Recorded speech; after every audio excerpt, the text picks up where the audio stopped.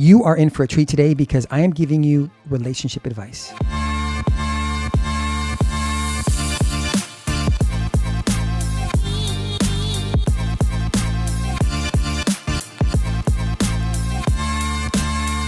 Hey guys, welcome back to this week's video. Thank you so much for tuning in as usual.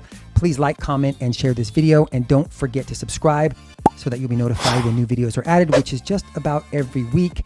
So let's jump into this. Now, last week I talked about social listening, and I gave you a quick walkthrough of a dashboard I created in BrandWatch where I looked at the topic of artificial intelligence, and I looked at it through the lens of several different channels. I looked at 2 Reddit forums, I looked at 2 different audiences, the top AI influencers and the top AI analysts. Then I looked at 2 different media publications. One was Forbes and one was AI Authority. And we looked and drilled down to understand the context of the conversations, the context of those discussions, and the context of the media and those articles that are being published on those channels. Now, today we're going to talk about why. Why is it important to segment all of this stuff out and analyze them separately? Now, I certainly don't mean that you need to analyze 50,000, media publications, but you can cluster them into smaller subsegments like the top 50 business outlets or the top 25 tech outlets, or combining certain audiences like analysts and journalists. You can, you have to think about the goal that you're trying to achieve and the things you want to do, but you cannot just look at the entire internet and type in a quick Boolean and think you're going to get back anything actionable. You have to peel the onion back, and we're going to talk about why this is important.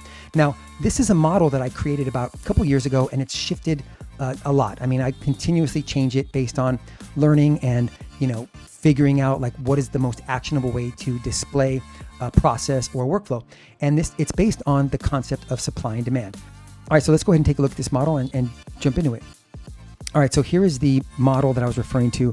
I've actually talked about this and written about this extensively over the last 12 months or so, and I call it the economics of supply and demand as it relates to brand relevancy. Now, this is where the relationship advice comes in. In any relationship, you have to relate to the other person or set of people. And in this case, we are looking at different audiences. So if you take a look at this model at the helicopter view, it might get a little confusing. But if we segment them into 2 different parts, supply and demand, I think it'll make sense. So let's take a look at the demand side.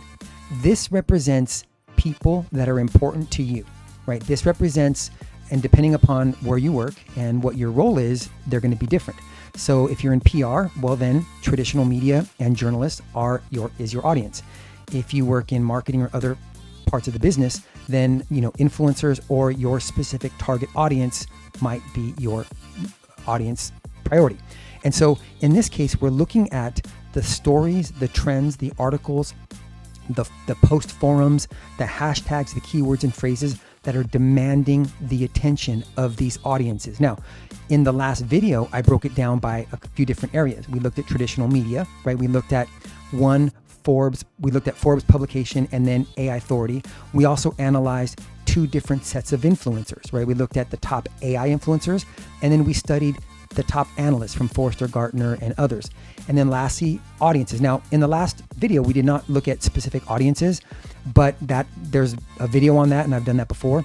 But we looked at Reddit, and we didn't look at Reddit as a one data source. We looked at 2 different subreddits. So if you understand and begin to contextualize those topics around AI, then you can ask yourself, as from a brand perspective, you can say, okay, are we meeting the demand of our audiences with our supply of content?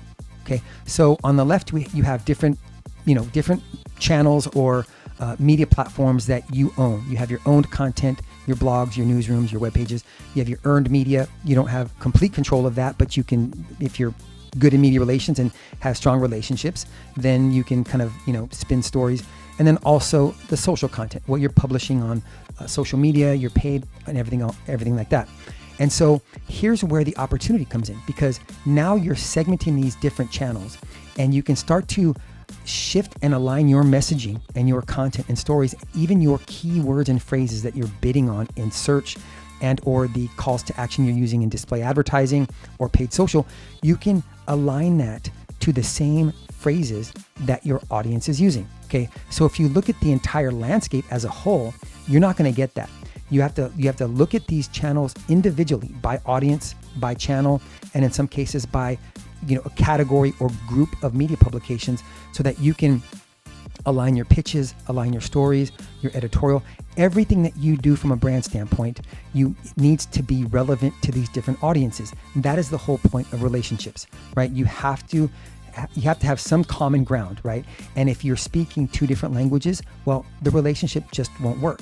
And so this is, again, using data and analytics, you can do everything on the right. You can understand those audiences, you can contextualize it, you can see business impact, and everything on the left, you can do the same.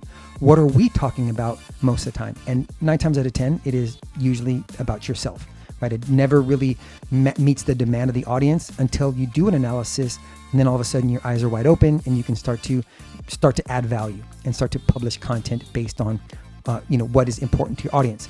And so that is the model, right? I think it makes sense. And I hope I explained it well. Everything on the right is the demand. It's the stories, the topics that are, it's the context that is demanding the attention of your audience. On the left is, are you meeting that demand with your supply of content? I hope that model makes sense to you.